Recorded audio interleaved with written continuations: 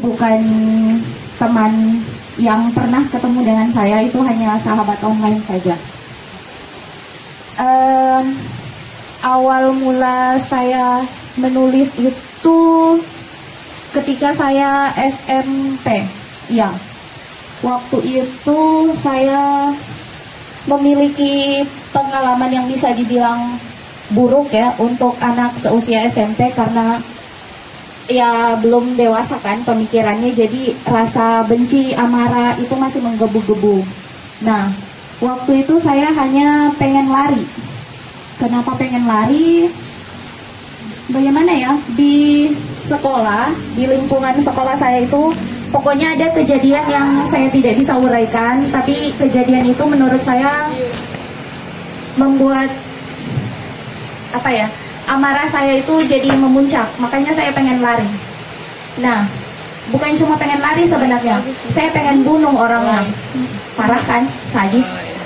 Karena kalau di dunia nyata membunuh orang itu kan ya hukumannya berat kan ya, terus dosa besar juga. Jadi kalau kita membunuh orang di dalam novel itu tidak masalah. Makanya dari situ saya mulai menulis cerita tentang orang tersebut. Jadi tokoh novel pertama saya, tokoh cerita pertama saya yang saya tidak publikasikan itu adalah orang yang saya benci. Tapi sekarang sudah saya maafkan.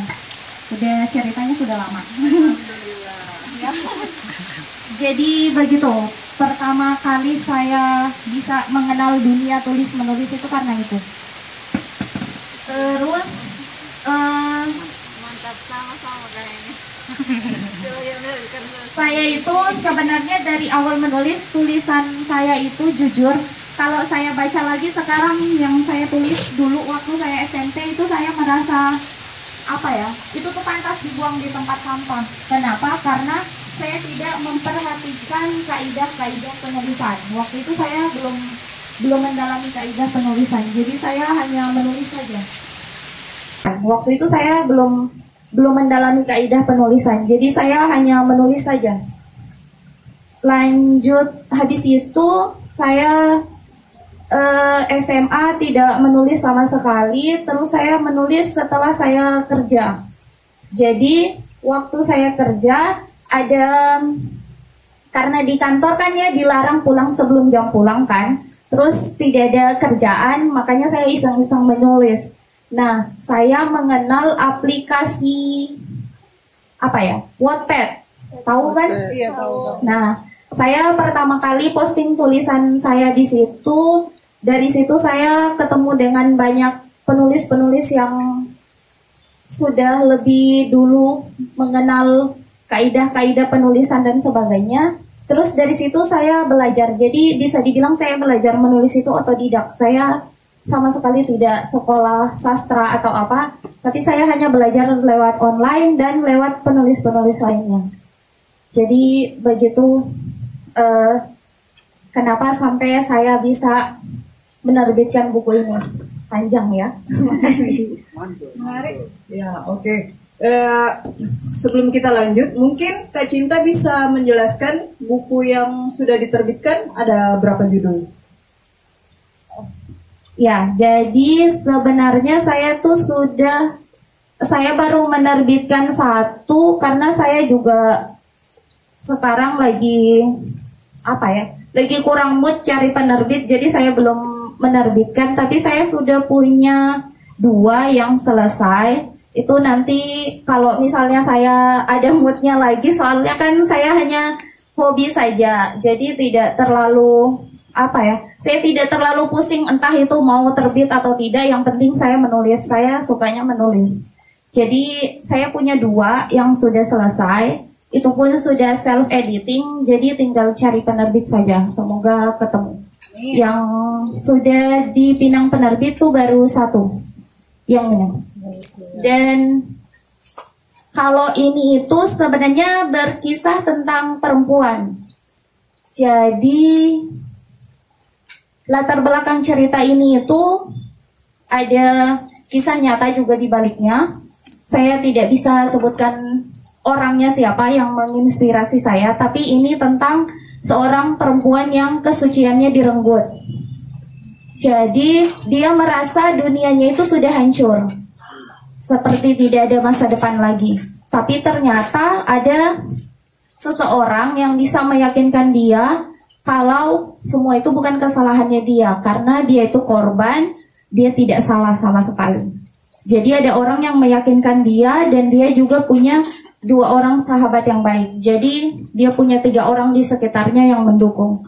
Saya tujuannya ini adalah untuk memperlihatkan pada perempuan-perempuan yang mungkin pernah menjadi korban serupa, kalau dunia itu sebenarnya belum berakhir. Jadi dia itu korban, kenapa harus dia yang takut, ya kan?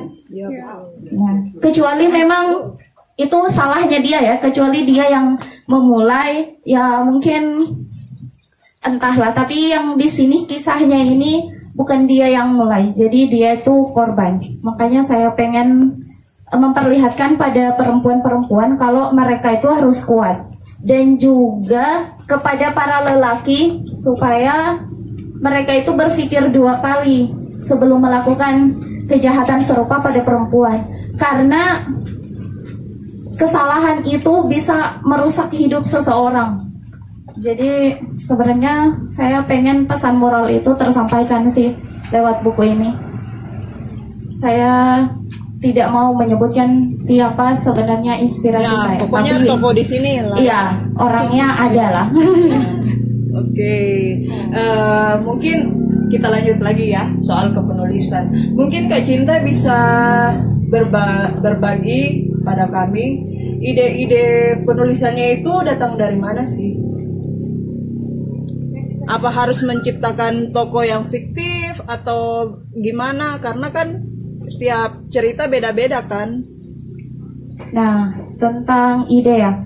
Sebenarnya kalau kita mau mulai menulis itu, cara paling mudah untuk mendapatkan ide menulis adalah bertanya, bagaimana jika? Jadi pertanyaannya itu seperti itu. Bagaimana jika di dunia ini misalnya tiba-tiba semua orang menjadi batu? Kira-kira apa yang terjadi? Itu bisa jadi ide penulisan pertama. Terus pokoknya kita harus bertanya dulu, bagaimana jika semua orang tua di dunia ini menghilang, yang tersisa tinggal anak-anak? Jadi sebenarnya ini tips dari teman saya, dia penulis Wattpad juga. Seperti itu dia mencari ide. Jadi dia mencari ide dengan bertanya, bagaimana jika di dunia ini terjadi gempa bumi yang sangat dahsyat? Kira-kira setelah itu apa yang terjadi? Atau bagaimana jika dunia ini menjadi sangat panas dan tidak pernah turun hujan? Jadi dari hal-hal kecil yang kita pertanyakan itu, dari situ bisa datang ide. Ide yang bisa dikembangkan jadi penulis, jadi sebuah karya. Kalau saya sendiri memulai sebuah ide itu berangkat dari pesan moralnya. Jadi sebenarnya apa yang ingin saya sampaikan, dari apa yang ingin saya sampaikan itu terus saya kembangkan menjadi sebuah cerita yang fiktif. Ya, seperti itu. Oke, jadi idenya bisa datang dari mana saja ya, tergantung kita maunya tulis apa. Sedikit tips dari saya buat adik-adik yang mau memulai atau tertarik menjadi penulis, kalian bisa menuliskan jurnal atau dalam bahasa anak gaulnya diary. Nah, buat kalian yang mau memulai, tuliskan kegiatan kalian sehari-hari, tuliskan apa yang kalian rasakan hari ini, hari kemarin, hari besok, dan dari situ kalian bisa memulai. Dan satu tips lagi, perbanyak membaca. Kenapa harus membaca? Karena dari membaca kalian bisa mendapatkan banyak kosakata. Kosakata itu penting untuk penulis. Nah, selanjutnya Kak Cinta mungkin bisa dijelaskan apa sih tantangannya menciptakan tokoh fiktif yang kadangkala hanya ada di otak kita kan, dan harus dituangkan di buku. Mungkin Kak Cinta bisa menjelaskan tantangan-tantangannya dan tips-tipsnya. Silakan. Iya, jadi untuk yang karya pertama saya ini kan memang orangnya itu benar-benar ada yang menjadi inspirasi saya. Jadi kayaknya saya tidak terlalu sulit untuk menggambarkan kejadian, menggambarkan alur ceritanya itu tidak terlalu sulit karena memang kejadiannya sudah pernah ada. Saya hanya menambah-nambahkan cerita sedikit, terus membumbuinya supaya dia jadi tidak kelihatan siapa orangnya yang saya sebutkan di dalam. Tapi yang karya saya berikutnya itu yang dua, tapi belum saya publikasikan sekarang, itu adalah fantasi. Jadi dunia fantasi itu adalah dunia yang sebenarnya tidak kita lihat, itu hanya ada di pikiran orang masing-masing. Ada di pikiran penulis ya. Jadi yang pertama itu yang judulnya Bunga, itu fantasi tentang dunia yang lain. Jadi tantangan menulis fantasi itu apa ya? Sebenarnya kita harus banyak menghayal sih. Jadi kita harus menghayalkan dunia yang mau kita tuliskan itu seperti apa. Karena latarnya bukan bumi, jadi harus kita hayalkan kira-kira orang-orang di sana itu seperti apa budayanya, seperti apa bahasanya, kebiasaannya. Dan itu harus konsisten. Karena kalau kita tidak konsisten menggambarkan kebiasaan orang-orang yang tinggal di dunia antah berantah itu, jadi nanti bukunya bakal aneh. Kalau orang yang baca juga nanti tidak nyambung. Bingung. Karena di awal disebutkan, misalnya di sana mereka itu suka warna kuning, tiba-tiba di belakang berubah menjadi suka warna hijau. Jadi kan pembacanya jadi bingung. Nah, itu sih tantangan yang paling berat. Dan tantangan kedua itu adalah mencari nama. Ya, betul. Jadi meskipun kisah ini ya yang orangnya sudah ada, tapi kan kita tidak mungkin menyebutkan nama orangnya kan. Jadi itu kita harus mencari nama yang cocok sama karakternya, itu menurutku agak susah sih. Tipsnya ya banyakkan membaca saja. Kalau kita membaca, kalau saya pribadi membaca novel itu 3 kali. Setiap novel saya baca 3 kali. Kenapa 3 kali? Yang pertama itu saya menikmati alurnya. Jadi sebagai hiburan saja. Saya baca, terus saya hayalkan kejadiannya. Oh seperti ini sampai akhir. Saya tidak memperhatikan penulisan sama sekali. Nah yang kedua itu, saya sudah mulai memperhatikan alur tulisannya. Apakah di dalam novelnya dia itu ada kayak misalnya plot yang tidak masuk akal, atau ada yang berselisih dari depan tidak konsisten ke belakang. Itu mulai saya perhatikan di pembacaan yang kedua. Dan pembacaan yang ketiga itu saya memperhatikan puebinya. Jadi itu tata bahasa. Kalau dalam English itu grammar. Apa sih singkatannya? Pedoman umum ejaan bahasa Indonesia. Jadi itu memang mutlak sih diketahui oleh penulis. Wajib. Ya. Tapi tenang saja, sudah ada kok PDF-nya di downloadan gratis. Jadi tinggal download saja di HP kalian, terus kalian bisa baca. Di situ ada aturan-aturan tentang penggunaan titik, koma, elipsis, paragraf baru, terus apa lagi ya? Di situ ada dialog teks, terus ada dialog aksi, banyak yang bisa kalian pelajari. Jadi saya membaca 3 kali. Setiap novel yang saya baca itu 3 kali. Jadi yang pertama saya nikmati, terus yang kedua saya memperhatikan alurnya. Apakah ini nyambung atau tidak, atau dia sudah benar dia menggunakan aku, tapi ternyata dia menuliskan sesuatu yang tidak dilihat oleh si aku ini. Jadi itu kan salah kan.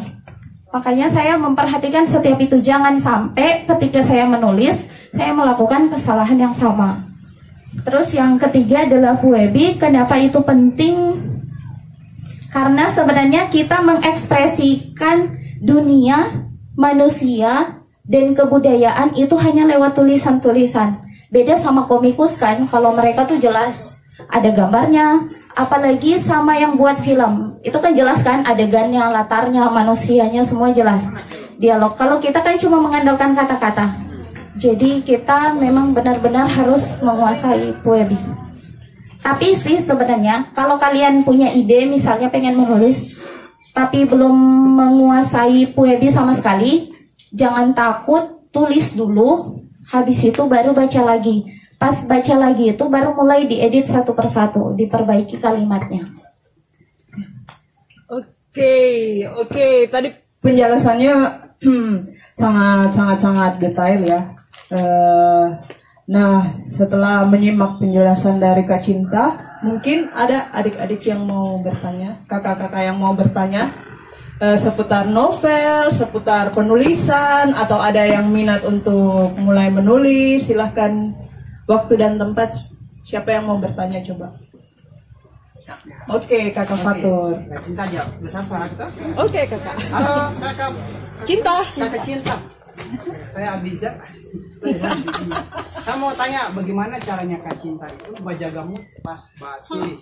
Sama Karena kan semua orang kalau misalnya moodnya kita itu sementara menulis kan biasa naik turun. Nah, bagaimana caranya Kak Cinta untuk mengembalikan mood itu? Apakah tulisannya dibiarkan selama itu, terus kira-kira berapa lama Kakak Cinta hilang dari waktu mood itu maksudnya? Gitu. Oke, Kak Cinta, ada lagi? Atau kita silahkan dulu Kak Cinta menjawab? Kak Cinta. Oke, silahkan Kak. Oke, pertanyaannya bagus ya. Ini yang penting. Kayaknya setiap saya mengisi materi-materi di grup WA gitu kan, grup kepenulisan yang di WA, itu selalu pertanyaannya ini muncul. Bagaimana caranya menjaga mood? Jadi sebenarnya saya tuh bukan penulis profesional yang memang profesinya benar-benar menulis, yang memang benar-benar pendapatannya dari menulis. Jadi kalau saya pribadi sebenarnya saya tidak peduli sama mood saya. Saya itu mood menulis ketika mood saya jelek. Kayak saya bilang di awal kan, kenapa saya menulis itu karena saya lari dari dunia nyata kan. Jadi ketika dunia saya mulai berantakan, saya mulai lari menulis. Jadi menurut saya bagaimana ya, kalau mau menjaga mood untuk menulis, ini sebenarnya tips dari saya ya. Misalnya kalian sudah menulis sampai setengah, terus tiba-tiba moodnya hilang, entah itu blank karena idenya habis atau bagaimana, itu caranya adalah kalian ambil novel orang lain terus baca, atau tidak kalian nonton drama atau film yang kalian suka, habis itu baru balik lagi. Atau yang paling bagus untuk mengembalikan mood itu adalah makan. Jadi makan saja, makan atau minum. Iya, bisa juga. Oke, terima kasih Kak. Sebelum kita lanjut ke pertanyaan berikut, sedikit tips dari saya buat yang mau belajar menulis. Nah, sebelum menuliskan, biasanya ide kita sudah ada kan. Oh, saya mau tulis cerita tentang ini dan ini. Misalnya percintaan siapa gitu, atau kisah anak SMA. Nah, sebelum kalian mulai menulis, ada baiknya tuliskan apa-apa saja bab-bab yang akan kalian tuliskan. Jadi misalnya bab 1, misalnya pertama masuk sekolah, bab kedua ketemu dengan si A gitu, perjumpaan A dengan B gitu, bab ketiga ada konflik, bab keempat dan seterusnya. Ketika kalian sudah membuatkan bab per bab, tidak peduli moodnya bagaimana, atau misalnya kalian lagi tidak pengen menulis, tapi ketika sudah melihat outline, kalian tidak akan lari dari cerita. Karena biasanya tanpa outline kita akan kayak mau ke Buol tapi belok dulu ke Leok 1, jauh kan. Nah, itulah perlunya ada outline. Selanjutnya mungkin ada adik-adik yang mau bertanya tentang kepenulisan. Bisa biasa. Iya, biasa saja Jo, kita bicara biasa. Kalau mau tanya-tanya soal menulis atau apa, atau ada yang mau mulai tulis diarinya, nanti diarinya diterbitkan sama Gramedia atau Misan atau apa gitu. Ada lagi? Saya tadi mau tanya tapi sudah jawab. Iya. Sudah bikin outline itu. Oh, sudah jelas gitu. Iya. Memang langsung sepemikiran. Sudah? Mungkin kita lanjut ke workshop ya, Oh, Kakak. iya. Ada workshop. Silakan ke Kakak Nona.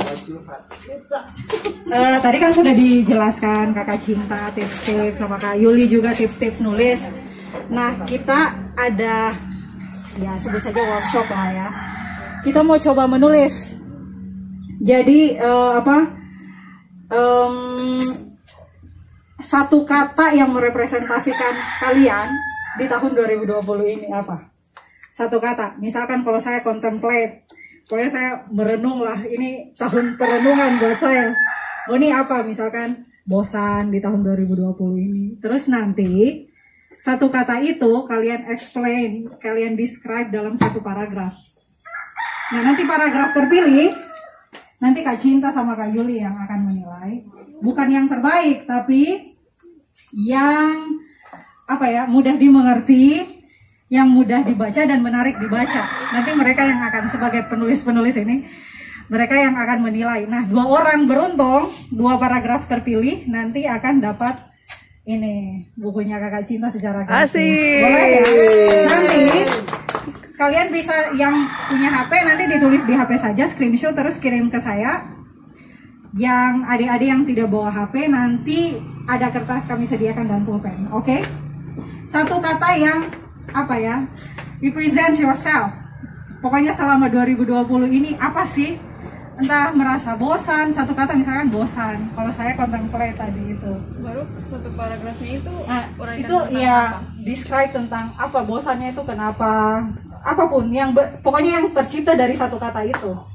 Tidak mesti harus menjelaskan oh saya bosan. Penelitian kami yang sangat mendalam. Nanti diangkat satu. Kami umumkan. Apa aku dekat? Oh, kok semua udah bawa. Oke, langsung saja kita umumkan ya. Setelah tadi penelitian yang mendalam, tulisan satu paragraf, pemenang Nanti bisa di grup ya. satu paragraf Yang terpilih yang terpilih adalah Jeng jeng jeng jeng. Jeng, jeng, jeng. Boleh. Siti Aulia. Selamat untuk Siti Aulia. Dia sudah mulai cemburu karena harus pulang. Bu. Dan selanjutnya akan diumumkan oleh Kak Cinta. Mana tulisannya Kak? Siti Aulia. Judulnya apa? Dia kebosanan. Oh, saya foto sampel dengan ini. Oh, boleh. Alhamdulillah, inspirasi banget. Tenang.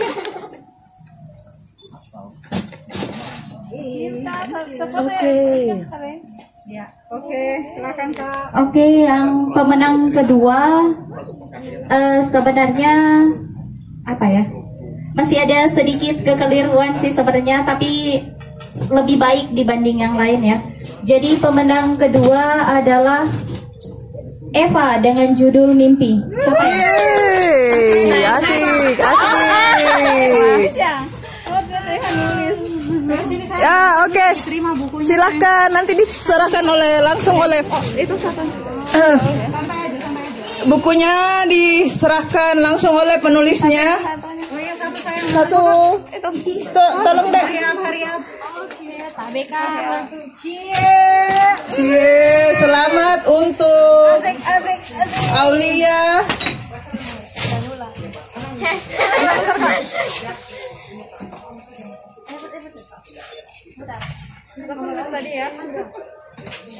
Dan kakak Eva. Foto bertiga dulu dong. Kakak Cinta di tengah. Oke. Ya, mari akrab-akraban. 1, 2, 3. Congratulations. Ya. Oke, buat adik-adik lain yang belum mendapatkan, yang belum beruntung hari ini,